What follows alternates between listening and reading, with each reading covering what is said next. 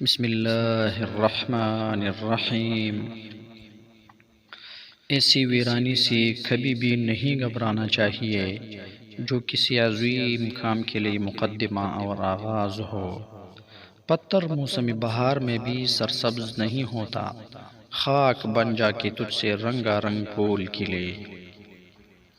خواہ تو کتنا بھی عقل مند ہے، پھر بھی کسی دوسرے عاقل سے مشورہ کر لیا کر، اسی طرح دو عقل مل کر تجھے مصیبت سے بچا لیں گے۔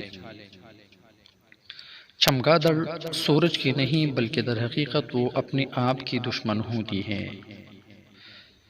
سفر کی بدولت غلام بھی بادشاہ بن جاتا ہے، چاند بھی اگر سفر نہ کرتا تو اتنا حسین نہ ہوتا۔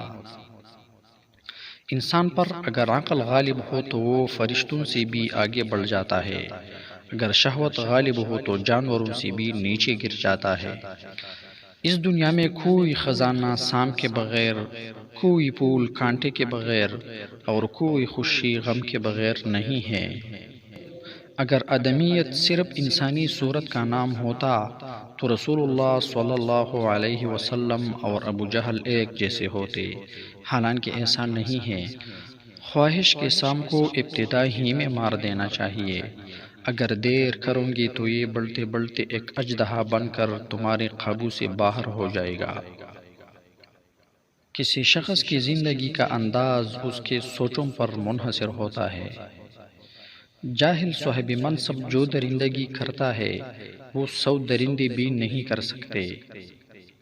اللہ تعالیٰ نے ہزاروں اکسیریں پیدا کی ہیں، لیکن صبر سے بہتر کوئی اکسیر نہیں۔ پھول بادل کے گرجنے سے نہیں بلکہ بادل کے برسنے سے اگتے ہیں، اسی لیے اپنی آواز کی بجائے اپنے دلائل کو بلند رکھو۔ دوستی کی کشتی میں سب سے پہلا سوراخ شک کا ہوتا ہے۔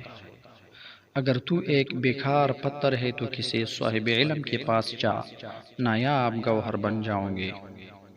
تمہاری اصل ہستی تمہاری سوچ ہے، باقی تو صرف ہڈیاں اور گوشت ہے۔ تجربہ انسان کو غلط فیصلوں سے بچاتا ہے، لیکن یاد رکھو کہ تجربہ غلط فیصلے کرنے کے بعد ہی حاصل ہوتا ہے۔ تم ایسے نظر آؤ جیسی تم ہو، یا ایسے رہو جیسی تم نظر آتے ہو۔ مصیبتیں اللہ تعالیٰ کی طرف سے تنبیہ کے لیے آتی ہے، یہ رحمت ہوتی ہے تاکہ تمہیں غفلت سے جگائے۔ شیطان کی غلطی یہ تھی کہ اس نے کہا میں آدم سے بہتر ہوں۔ یہی بیماری شیطان کے علاوہ ہر انسان کی روح میں ہے۔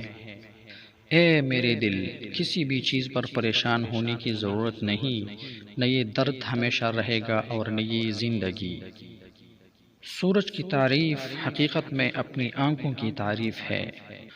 اپنی ہوشیاری بیچ ڈالو اور کم فہمی خرید لو۔